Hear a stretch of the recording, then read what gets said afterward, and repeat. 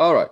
So we were talking about force vibration, right? That was the topic we started talking about 2 weeks ago, and we went through the whole process. How can we study a system with a spring mass damper when it's under a specific harmonic force vibration? And we found the system response, which included both transient response and steady state response. That case was for a situation that the force was applied to the mass and the input excitation was a harmonic force. Then we talked about a special case, which was is very practical, and it's base excitation. And we said base excitation is pretty much a special case of the force vibration. The difference is in base excitation, the excitation to the system is not a force anymore. It's some kind of, at least in our case, was harmonic displacement. Right? It was an imposed displacement. In our case, it was harmonic, and that excitation was not applied to the mass anymore. It was applied to the base of the system. And we were studying, or we could study when we investigated the system response or the displacement of the mass because of that base motion applied to the system. Now, today we're just going to basically continue, well, not continue, but still we're going to talk about force vibration, another special case. Now, the second special case that is very important when it comes to design and engineering is a rotating unbalance. Now, what is rotating unbalance? Well, again, as I said, it's a special case for a force vibration. Now, it happens when we have a rotating structure, right?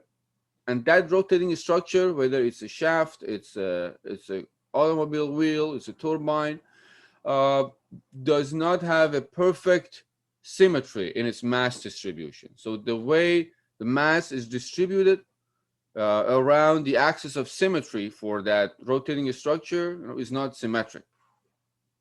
So let me put a few lines there. So we're going to talk about rotating unbalance. I can write it better on balance, I guess.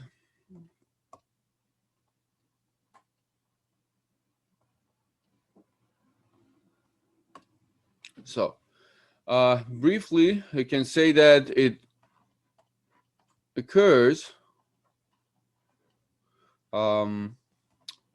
let's put it this way, when a rotating structure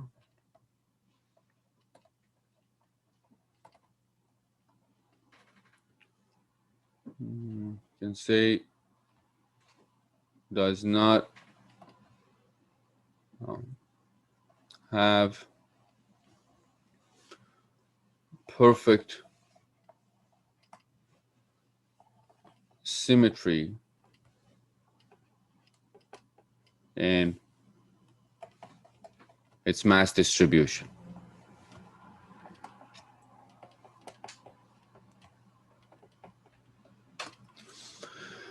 Now that's more frequent than you think when it comes to manufacturing. When they are building, let's say, a specific shaft for a turbine or for an electric motor, different applications. When you're transferring, you know that in mechanical engineering, one of the important applications for shafts we have is to transfer power, right, from some generator, some turbine, to some other part. You see it in power plants, in big scales, up until small scales in cars, when you're transferring power from the engine to, let's say you have a rear wheel drive car, right? You have to transfer the power from the engine to wheels in the back. So we use shafts a lot, obviously, to transfer power. And when we manufacture these shafts, or when the factories or manufacturers build these shafts, it's in so many cases those shafts are not perfectly symmetric. We have there are a lot of cases that because of the manufacturing, the way they are assembled, the way they are transferred to where they are supposed to be assembled, so many things can happen. So it's not that easy to achieve perfect symmetry. When we don't have perfect symmetry, we are going to have some kind of vibration in our shaft. And that's where the rotating unbalance happens. So that's a very practical topic. A couple of examples, as I just mentioned, you see it in electric motors. Right? If you think about the shaft in an electric motor, or you have the stator and the set of coil inside that is rotating, right? If the mass distribution is not symmetric, you're going to have some vibration in your electric motor. Right, so let me put it here in electric motors.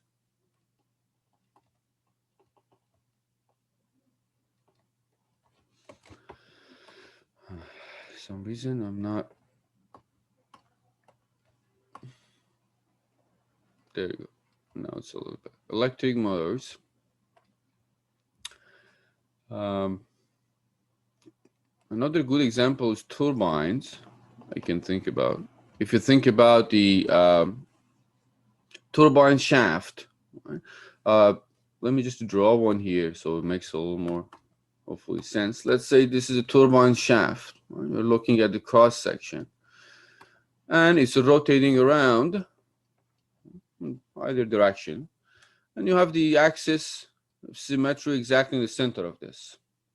Now, again, more than you think, more than we want, more than we would like, I would say, we are going to have non-symmetric situations. What does that mean? It means if you look at this shaft, the cross section of this shaft in different locations, in different planes, let's say if you cut this shaft, you will have non-symmetric distribution of mass. Let's say you have this side is a little heavier than this side, or you might have a little bit more mass on this side than this side. So the whole structure is not perfectly symmetric. And that's when you're going to have some unbalanced situation that is rotating. So again, actually, it's an interesting job. If you end up working in this area, there are devices, tools for measurements. They go to power plants. They go to different places that they are using shafts for power transfer, and they actually measure the vibrations on those shafts and find out how unbalanced that shaft is, and then through a series of specific methods that they are pretty established in the industry, they can actually make it balance, right? By adding or removing small amounts of mass from different parts of the shaft. I'm talking about very small amount. Not something very visible, very small amount. They actually make the shaft more balanced, and that is going to reduce the vibration you're going to have in that shaft, and as a result it's going to increase the efficiency of the whole system, because this is unwanted vibration. This is something you don't want to have. Another example would be automobile. I can think about at least automobile wheels that you've seen. Probably you take your car, hopefully once a year, or maybe less frequent, to an auto mechanics, and they actually take a look at the wheels. They have their own machines. They turn the wheels and they check how balanced those wheels are at different speeds, and they if it's not, they actually try to fix it, right? They add a little bit of mass in different places. They make sure that if that's the only problem, they make sure that the wheel is in balance. So you're going to have less vibration in your wheels, and as a result, you're going to have less vibrations in the car. That's again, it's kind of unwanted vibration. You're trying to minimize it. You're trying to get rid of it. Another example when you deal with rotating unbalanced situation is the very, I guess I would say, more tangible example would be a washing machine, right? I'll just put it here. In washing machines,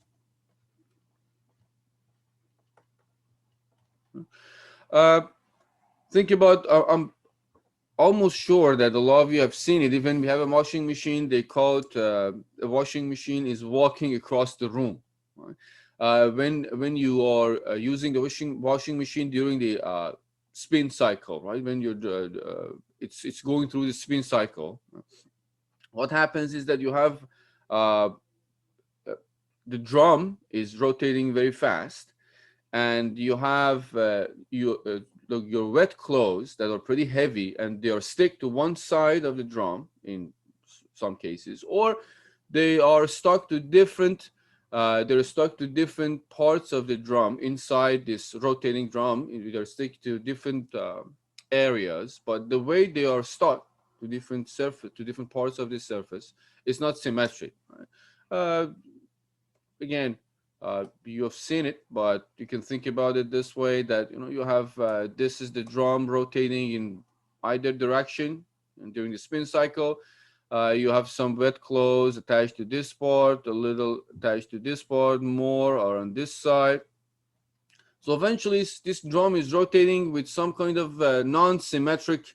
Uh, you have a non-symmetric situation, right? The drum is rotating, but these clothes are stuck to different parts. Now, because of this uneven distribution of this wet clothes, which is our mass, you can think about it, uh, you're going to have vibration in your uh, washing machine. Again, you have seen it a lot when the washing machine is working. You see that it's vibrating, going up and down. Old washing machine used to, as I say, used to walk across the room. You probably um, if you have seen those old ones. Nowadays, the technology is more advanced. If you go to these companies, they build washing machines. They actually take care of the vibration by putting different, or by analyzing the speed of the drum on different cycles, and they actually have more smart control system using spring and dampers and some other methods. They control this vibration. So new washing machines, you see this uh, whole extreme vibration less frequently, I would say. So these are a couple of examples I could think about when we think about rotating on balance. These are very again, I would say, tangible examples that we see either in daily lives, or we see it in engineering design, that we have to take care of that. We have to be cautious or be aware of those. Now, um, let's get more into details and see how can we actually use what we learn, right, to find out how does this vibration happen, what does that depend on, how can we actually minimize it, or how can we predict it depending on the speed of the shaft or the speed of this, let's say, drum in our washing machine, or in automobile wheels, depending on what application we are looking at. Now, let me draw it here. So what we do, we're going to start with a simplified system. And let's say I have that washing machine, maybe something that's more easier to think about. And let's say that washing machine is sitting on some uh, support, right? Some, not support, let's say some padding or some surface covered by something. And we can replace that padding or surface with a spring and damper, right? We have seen that before. How to, well, not how to, but we've seen that we can do that. Any type of a structure we have, we can pretty much replace it with a massive spring damper. And let's say we have some kind of padding that provides us with some stiffness and some damping. So there you go. I just represent that as with some stiffness K and some damping C. Now, to represent this rotating on balance, what I'm going to do is that let's take this as the center of rotation. And let's say this non-symmetric mass, I'll call it m naught, whatever amount, better jump here, m naught. And it's rotating around, right? So rotating, maybe I should have made it a little shorter. Let's say we have some mass that is unevenly distributed and is rotating around. Again, the good example of it, you can think about that washing machine that we have some mass stuck in some corner. M naught. I don't know how much that mass is, or just represented with M naught. Now it's rotating around this center of rotation, this axis, and it's the distance it has from this center of rotation is E. I'll show that distance with E, which is called which it stands for eccentricity. How far is that from the center of rotation? Distance of the unbalanced mass, you can think about it this way, from the center of rotation. And let's say this is structure. I'll call this, use a different color. Let's say this is our support. That's what they call it. This is the support. I can write a bit of support. Let's say this is our support. And this support is moving with xt. The displacement of this is xt. Let me make it exactly.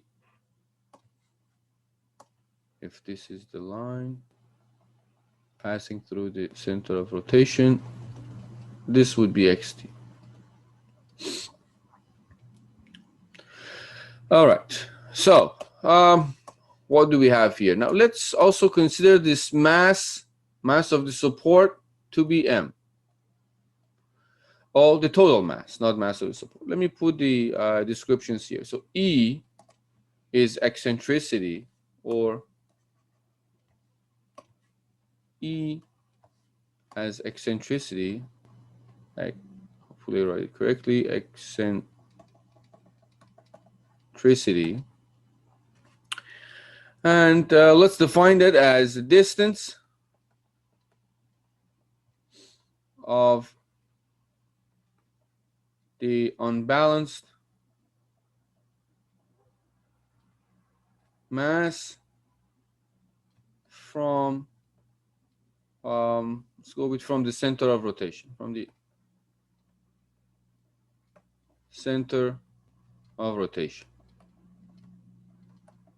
That's my eccentricity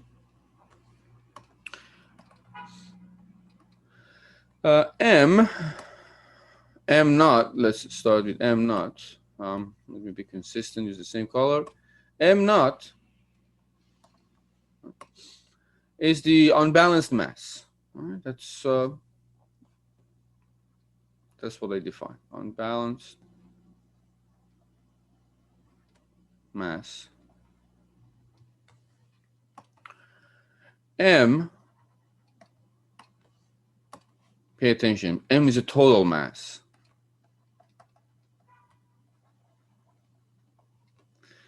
I'm going to write here because this mistake happens very frequently. It includes M naught, right? So M is the total mass.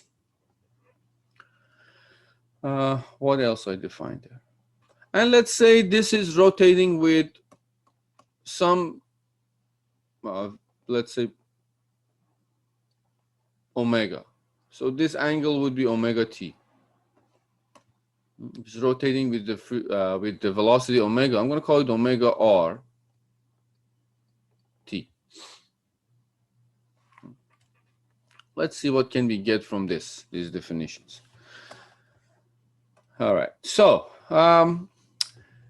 I have to derive the equation of motion as always, right? I have to start from free body diagram, look at that free body diagram and figure out how can I derive the equation of motion, and from there how can I solve it and find the system response? How does this structure, in this case, again, think about the washing machine, how does this vibrate? Or how much does this vibrate depending on how fast this drum is rotating with that specific amount of unbalanced mass. Go ahead, Zeri. Okay, so for the support, what exactly are you pointing at? The lower half or a K and C or all that together? I'm sorry. The support is the whole thing. This whole box that I put there, as you can think about, again, the washing machine, is the whole thing is a support. Okay, all right, thank you. Mm-hmm. That horizontal line I draw there, the dash line, it's just for my own reference. You don't even have to have it there. It's just I wanted to make sure that the X that I represent is exactly where the axis of rotation is. All right. So let's figure out the displacement, the equation of motion. So we're going to start with free body diagram. To do that, I'm going to draw the free body diagram. Well, we have two objects here, right? We have two things going on. I would say, well, things is not the right word for it.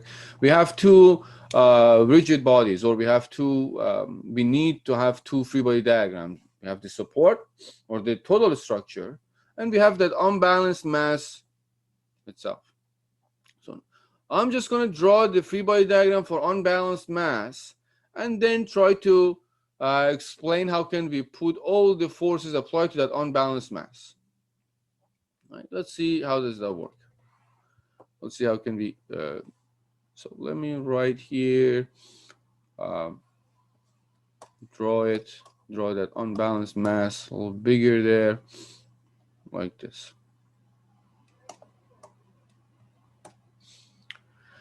And this is M naught. Now, if you think about this structure, this unbalanced mass is rotating.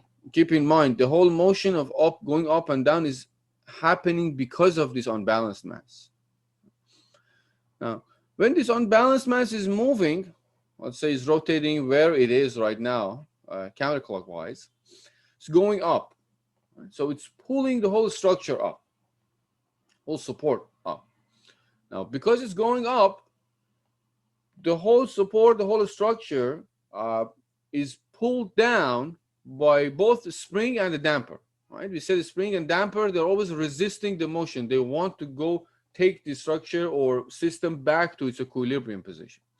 So if it's going up, these two are pulling the whole system down, including that unbalanced mass. So I can put them here as two forces. The other way. Right there, and right there. Pulling this down. How much they're pulling it down? Well, if the structure is going up X amount, obviously these are trying to pull it down back X amount. So that would be Kx and Cx dot. These are pretty much all the forces we have on the unbalanced mass. Let me move things around here. All right.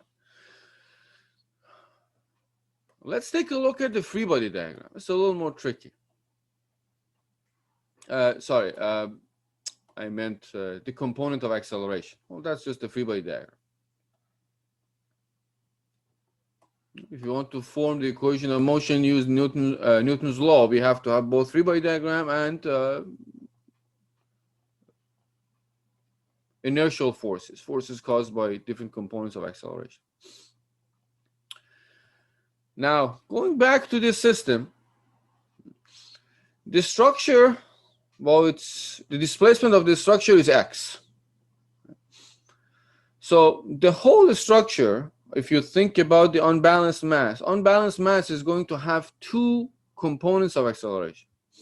One is because of its rotation, right, with respect to that center of rotation. And the other is because of the structure accelerating. So if you think about the absolute acceleration for that m naught, it's going to have two components. The first component would be the acceleration of the support. Right? So I can just put it here, write this, and the support excluding unbalanced mass, I'll put it like this, it would be x double dot. This is the component of acceleration because of the whole system going up with some acceleration. And the mass for that acceleration is the mass of the support. It does not include the unbalanced mass. Because unbalanced mass, we'll look at it. Now, unbalanced mass itself has an acceleration, right? Because it's also rotating around the center of rotation. That's the relative acceleration. And also, it's going up. Right? So rotating and it's going up. Now, to figure that out, I'm going to start with, I can go with relative analysis and find the components, but I'm going to take an easier path.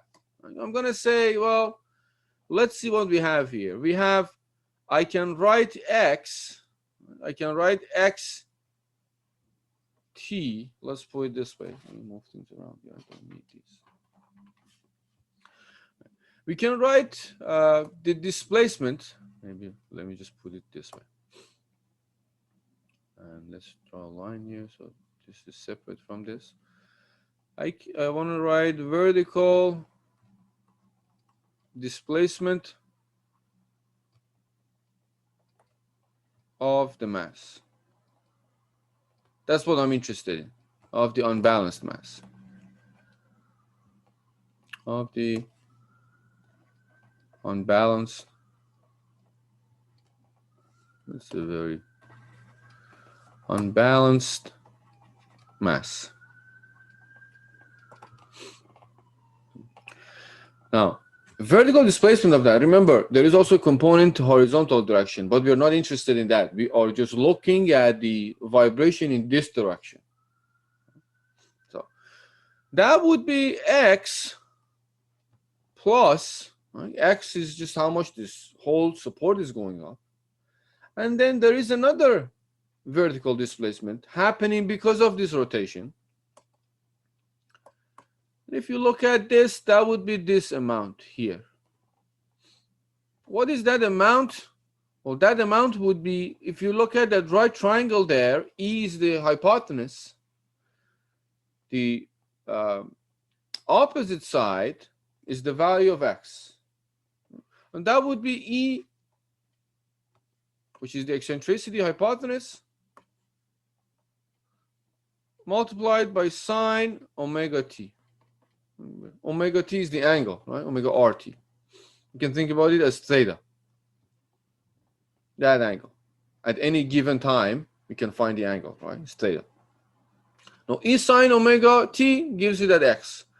Now you have this vertical displacement of the unbalanced mass, the absolute value. Amount that support goes up plus the amount that mass goes up because of its rotation. I can just write it here briefly. That would be the motion of support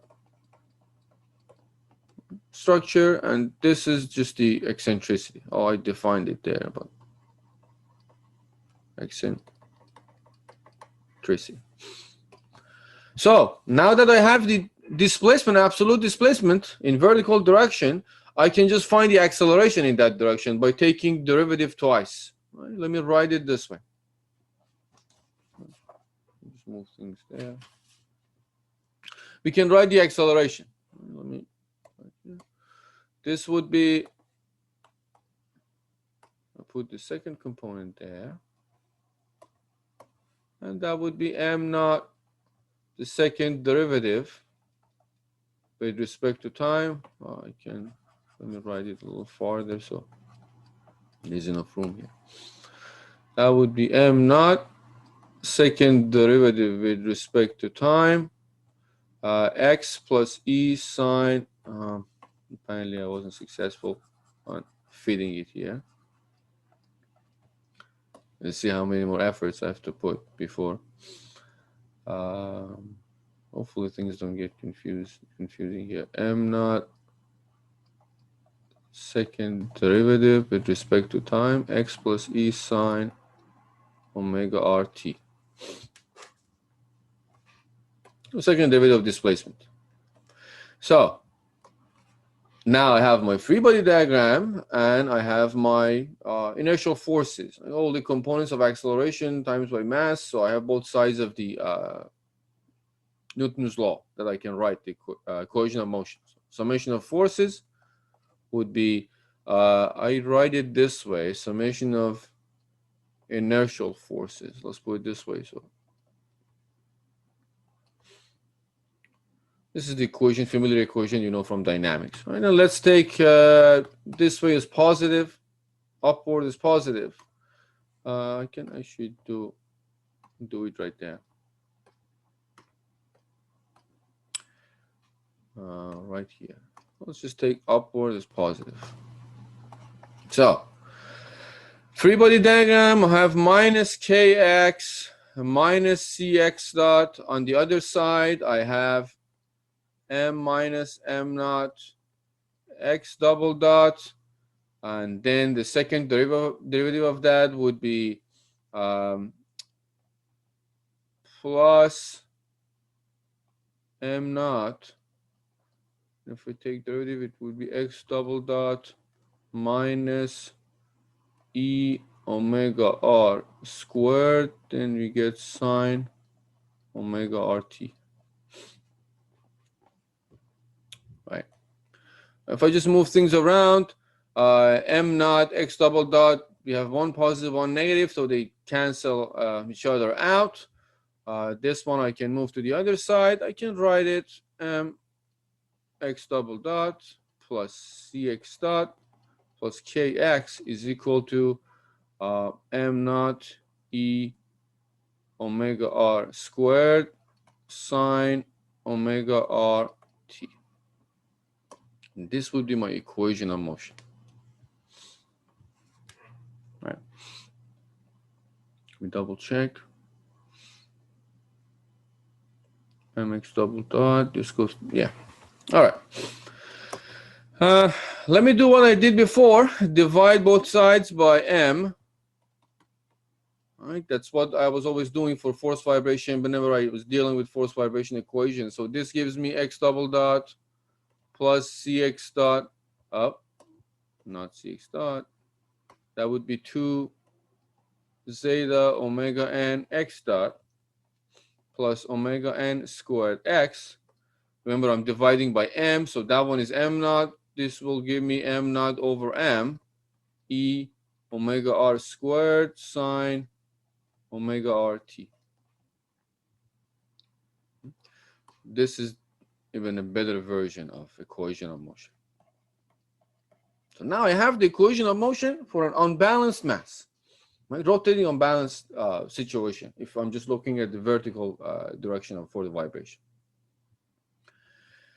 Now, let's take a look at this. What is this? If I consider this as F naught, this is nothing but a force vibration. All the way back when we started talking about force vibration, we said, well, we have x double dot plus 2 zeta omega n x dot plus omega n squared. X is equal to something multiplied by a harmonic function. Or in that case, we have cosine. So the final general form of the solution for a steady state part of the response was x cosine omega t plus minus theta. In this case, the harmonic input is sine. We can just write the general form of the solution for a steady state as sine. So this form we have seen before, remember. I can just quickly write here, remember.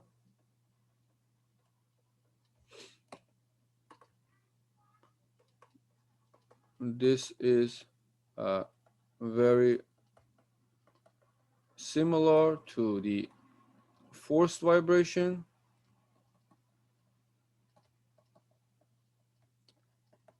With F naught being m naught over m e omega r squared. So, like what we did when we were dealing with base excitation, we say we are only interested in the steady state part of the response. We don't care about the transient response, so we don't need to worry about initial conditions. Right? The transient part of the response is going to disappear. It's going to fade away after a few seconds, few minutes. If you're looking at something that's working, think about a shaft in a plant or in a power plant, or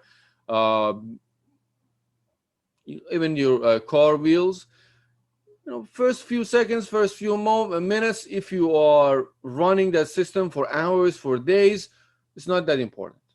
So we just do not care, or we do not even look at the transient response. We're going to stay focused on steady state response, the response that lasts longer and for the rest of the motion, aside from the beginning, which is a combination of transient and steady state. So the steady state response for this system would be xpt, called x sine omega r t minus theta. Remember, we are interested always in that x, the amplitude of this response, because that the second term is going to fluctuate between -1 and 1. Right? That x is the one that determines how big of a response you're going to get, how much your washing machine is just is going to jump up and down, how big of the displacement in your mass will be, right, under some specific rotation, unbalanced rotation. So let's just use what we learned from before, right? We said F naught, if you remember this amplitude for the steady state part of the response was F naught over square root of omega n squared minus omega squared plus 2 zeta omega n omega squared. So all I do is that I just replace F naught with the new F naught in this. Remember, we solved the equation once. Now we are using what we got from before. So we're not going to solve it again and again. That was the general approach in vibrations.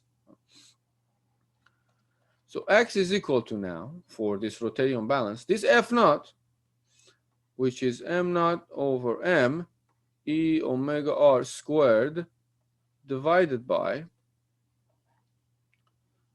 square root of omega n squared minus omega squared, or in this case omega r squared.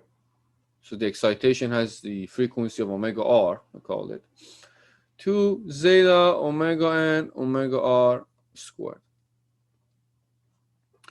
Now I can move things around, obviously form it in a way that I'm kind of looking for. Well, let's see what we can do. I can say x is equal to m naught over m e. Now if I take 1 omega r squared from the denominator, take it out, it's going to be from the first parentheses in the denominator under that bracket. I'm going to get omega r to 4. From the second one, if I factor out 1 omega r squared, omega r, I'm going to get 1 omega r squared, the whole omega r to 4. I take everything out. I'm going to get 1 omega, sorry, I'm factoring out omega n, not omega r. I have the omega r in the numerator. So I factor out an omega n from the denominator and move it out of the bracket. Under this radical, like square root, I'll get omega n to 4. Take it out, I'm going to get omega n to 2. If I define omega r over omega n as r, frequency ratio as before we had, I can write it in this way. I can write it as r squared square root of 1 minus r squared. You have seen this before. 2 zeta r squared. That's it. This is going to be the displacement, the maximum displacement of my structure due to some rotating unbalance, which has that the amount of mass for that unbalanced situation is m naught. The total mass is m. E is the eccentricity, how far that rotating mass is from the axis of rotation, and r is pretty much just the frequency ratio, omega r over omega n. Let me box this here. That's not the type of box I want. It's this, and I don't want it to be filled. There you go. This is what I'm looking for. Now I can see how big of a vibration displacement I'll get in my system, right, for any given unbalanced mass in the structure. Now, as always, You know where am I going after this, hopefully at this point. We are going to plot this. We are going to look at how does this behave for any given damping. Right? Zeta is my damping ratio here. So as we can see, depending on how much damping I introduce to the system, the way that X changes is different, and the maximum amplitude is different. Depending on that maximum amplitude, how much vibration I'm going to get in my system depends on how much unbalanced mass do I have, how far that mass is from the axis of rotation, what is the frequency ratio, meaning that what is a natural frequency and what is the frequency or speed, in this case, speed of that rotating mass, how fast it rotates, radian per second, and the damping of the structure. But to plot this, I'm just going to move things a little bit around and make it dimensionless, non-dimensional. As I said, it has some benefits when you're providing plots and graphs for design purposes. Usually people make it non-dimensional, so when you have a non-dimensional plot, you can actually use it for different situations and multiply that value with the parameters you have for your own system to get the correct value, instead of having it just for a specific set of numbers. Making it non-dimensional, there are multiple benefits to it, and that's why we usually do it when we are providing charts for design purposes. To make it non-dimensional, I'm just going to move this to the other side. Would be mx over m naught e. This becomes mx over m naught e. Now think, m is a mass, m naught is a mass, so they have the same unit. X is displacement, e is also distance, they have the same unit, so this fraction is a non-dimensional value. And this side would be r squared, the square root of 1 minus r squared. Let me write it better way. 1 minus r squared squared plus 2 zeta r squared.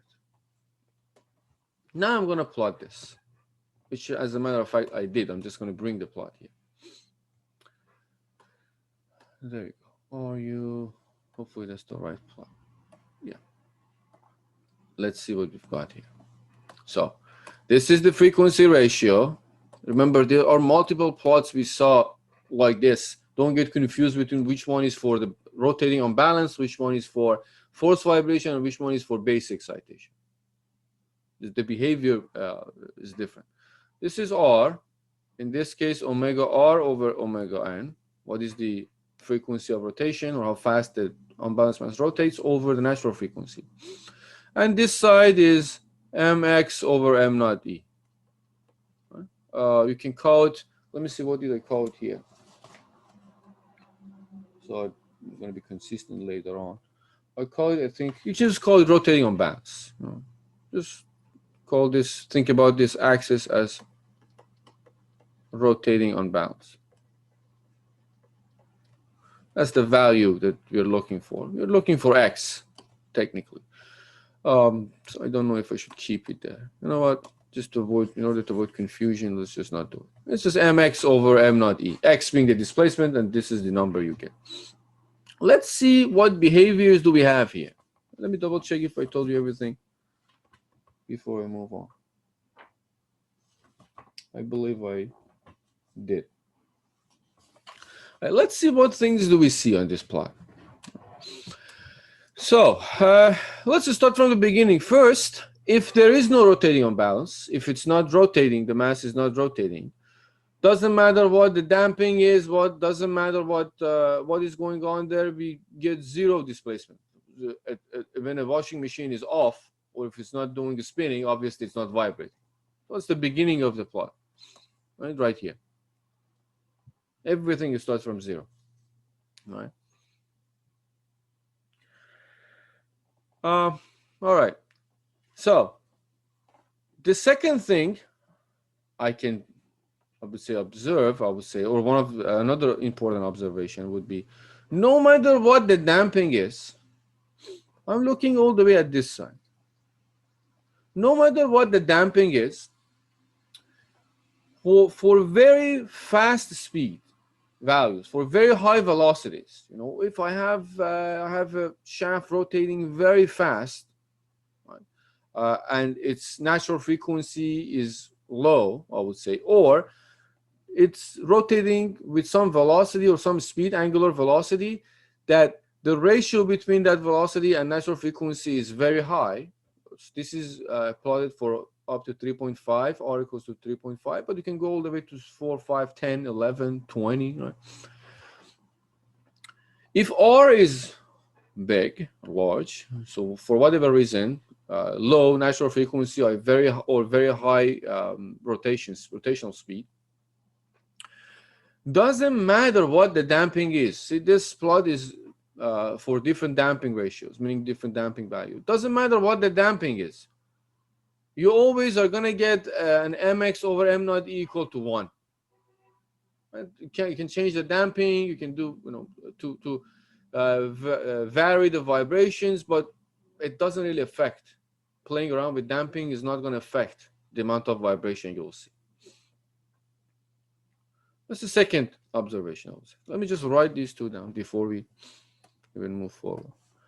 So the first observation would be all curves, I would say, start at 0 amplitude. That's pretty much it, I think. Let me think and look at the graph, see if I can add something to it. Just keep it that way. The second one, as I said, is, let's write it this way. At very high speed, high rotational speed, right, omega r, mx over m naught e is almost unity, which is almost 1. You can add something more. And the effect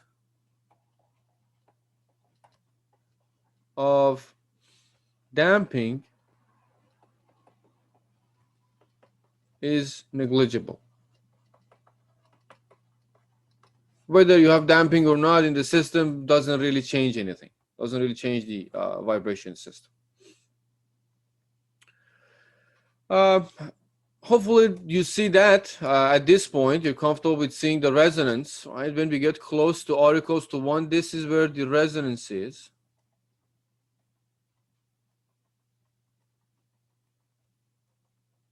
This is where the resonance is, r equals to 1. When the excitation frequency is equal to natural frequency, we're going to have very large, where we get close to very large amplitudes. So if we are operating in a frequency or speed that is close to natural frequency of the system, we have to introduce damping to avoid any kind of dangerous situation. When you're designing a shaft, think about those shafts. Think about this as a critical speed of a shaft. One way to think about this is when you get close to that speed, you're going to see a huge vibration in your shaft if the rotational speed is close to that. Maybe by the end of this semester, we'll get to talk about rotating shafts with a disc. But you can think about this just simple shaft with some unbalanced mass, right? Which is again not that uncommon. It occurs very frequently. So you're going to get some vibration. If the speed of the shaft is close to a natural frequency, then you're going to be in trouble, right? That we already know. And you have to introduce damping, like zeta. The higher the damping, obviously, the lower the amplitude. We are absorbing this vibration. So it's a design line of the way of thinking. What else? So remember, very similar to what we had when we were talking about base excitation. Maximum amplitude does not occur at damping, at resonance. Right?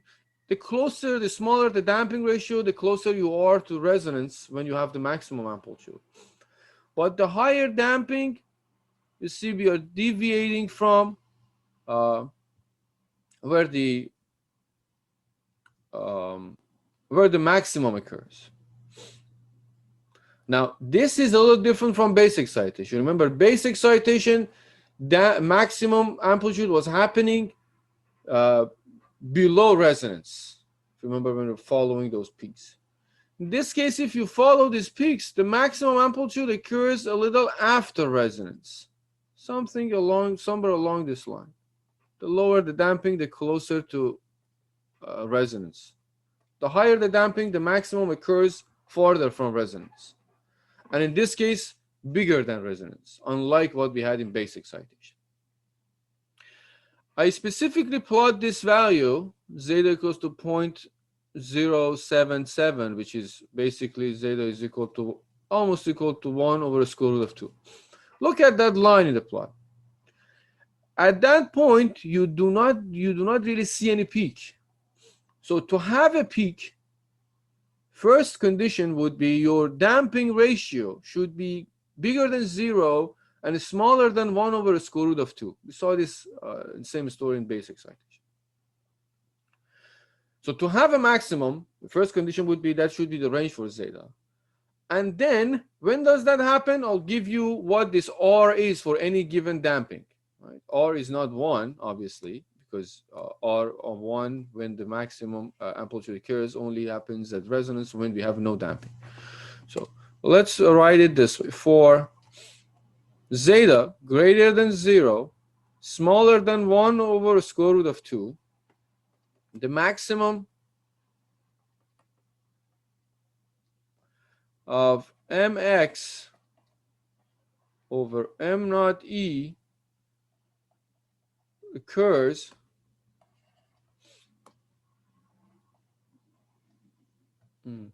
I apparently don't know how to write occurs at let's write it this way. Rm, I'm going to call it Rm, where the maximum amplitude occurs. What is the frequency ratio?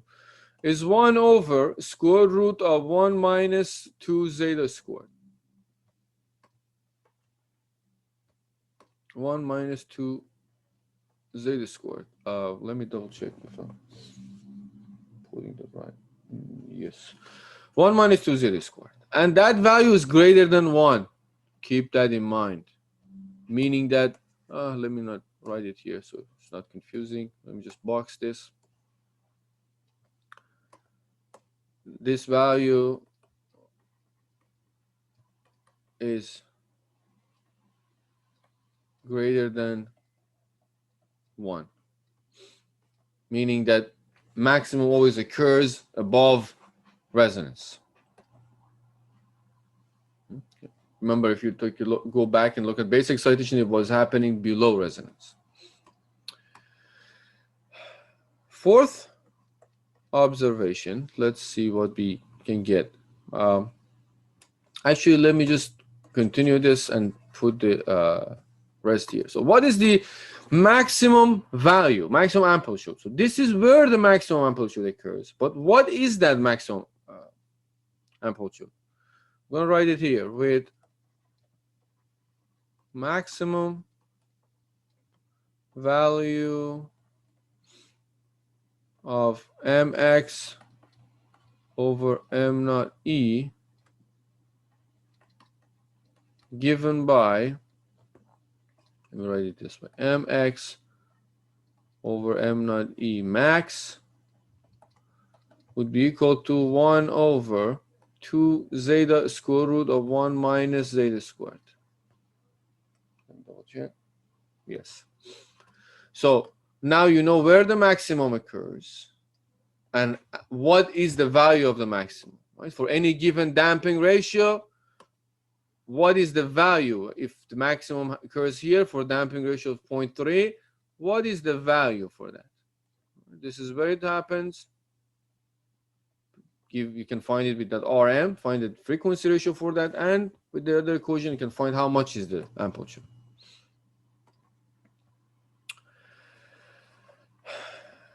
I can just add it as a note here, that just to make sure that you don't Forget that. For, let's put it this way, for zeta greater than 1 over square root of 2, mx over m naught e doesn't reach a maximum. There is no maximum. There is no maximum. That's pretty much it. It goes from 0 to at r equals to 0 to 1 at r equals to infinity. Finally, one thing I'm just going to put it here. The same story as we had for basic excitation. We said, well, this is the displacement, right? How much amplitude? How about the force? How much force we are going to experience because of this unbalanced mass? Right? Again, think about your designer, you're an engineer, you have some rotating unbalanced mass, some rotating structure in terms of a shaft. Think about you want to design the bearings. Right? You want to know how much of a strong support you have to put there to handle this shaft if there are some unbalanced situation. Or you want to know the possibilities if the shaft goes out of balance and vibrations start occurring. You want to make sure that the bearings you put there, the structure you put to have the bearing or to support that those bearings can handle that much force, right? The materials you want to choose, how much stress that part is going to tolerate, or that part is going to go through.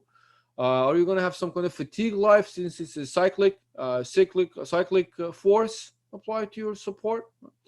So it's important to know the force, like at least the amplitude of the force applied to that, to those supports or to those whatever that is supporting your rotating unbalanced structure.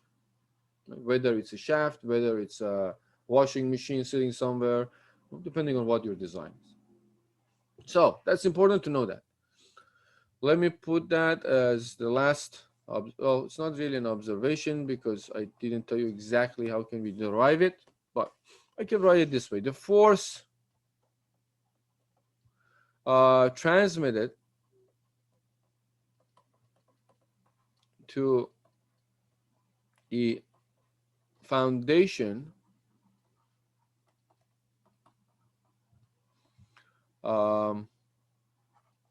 due to rotating unbalance. What should I write here? Due to unbalanced, let's say, force, some kind of force is developed in the system. Let's call it R. Can be found as, well, that would be FRT if you think about the free body diagram. What components you had in free body diagram? You had your spring and damper, right? You had, it's going to be like KXT minus C plus CX dot T. Right? That's just general form of it. If you know X, you know spring and damper, displacement and velocity, you can actually find this force vector. Again, think about that free body diagram. Only forces available are these, and obviously those forces are the forces that are developed and are being applied to the base or the support in this case. Now, what is the maximum of that? This you could figure out from the free body diagram, but the maximum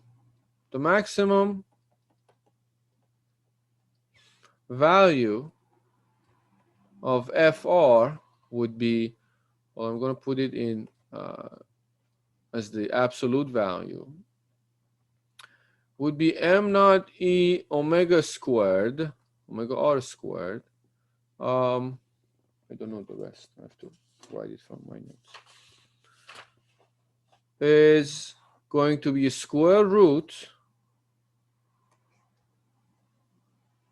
of 1 plus 2 zeta r squared. I can write it better.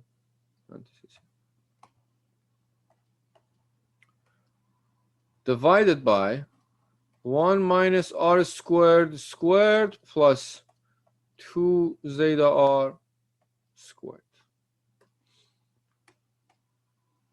That is the force, the amplitude of the force, the maximum amplitude of the force. The force itself, well, is here. It's a function of time. But the maximum amplitude of the force was this. So now, think about this. You have a rotating unbalance. You have a rotating unbalance. Structure is rotating some because of some unbalancy. I gave you a couple of examples or more examples. There are more situations. Again, especially as mechanical engineers, you see this this very frequently. This type of vibration developed in structures because we do deal with shafts and rotating structures a lot. For that case, as long as you know how much that rotating unbalance mass is, well, you might not know it, but there is now you have a tool that you can find. Think about it in this way. You can find how much unbalanced mass do you have in your structure by measuring the vibration. If you're given the vibration of the system with some other parameters you can measure, and again, it's a job. People go with tools to power plants, to different places, and you see again in a car mechanics, if you take your car to a shop, they actually do this using some machines. They balance your automobile's wheels with the machines they have. Industrial scale of it would be someone going to a power plant, taking a look at these shafts, turbine shafts, shafts transferring power, and trying to make sure that they are balanced or as close as possible to balance. So there is no large vibration, applying too much force to the bearings, breaking those bearings, or the shaft is going to break by itself if we have a very severe unbalanced shaft. As a result of these vibrations, the efficiency is going to go down. So it's that's some kind of a routine thing that they keep checking the vibrations and make sure that these shafts they're balanced. But that's a job. Someone goes there, measures the vibrations, and again through some standard procedure, they can actually balance the shaft, right? By making holes or adding mass to different parts, they can make sure that the shaft is balanced. The procedure is a little more complicated, but this is the basics. That can give you an idea about what happens when you have a rotating unbalance. All right. I'm just going to stop here. I will go over multiple examples next class, 2 or 3 examples at least, and I'll try to also show you how to model this in Open Modelica. You're not going to have a project on this, but I can show you how easily you can even model this Open Modelica and check and see the results and compare that with your analytical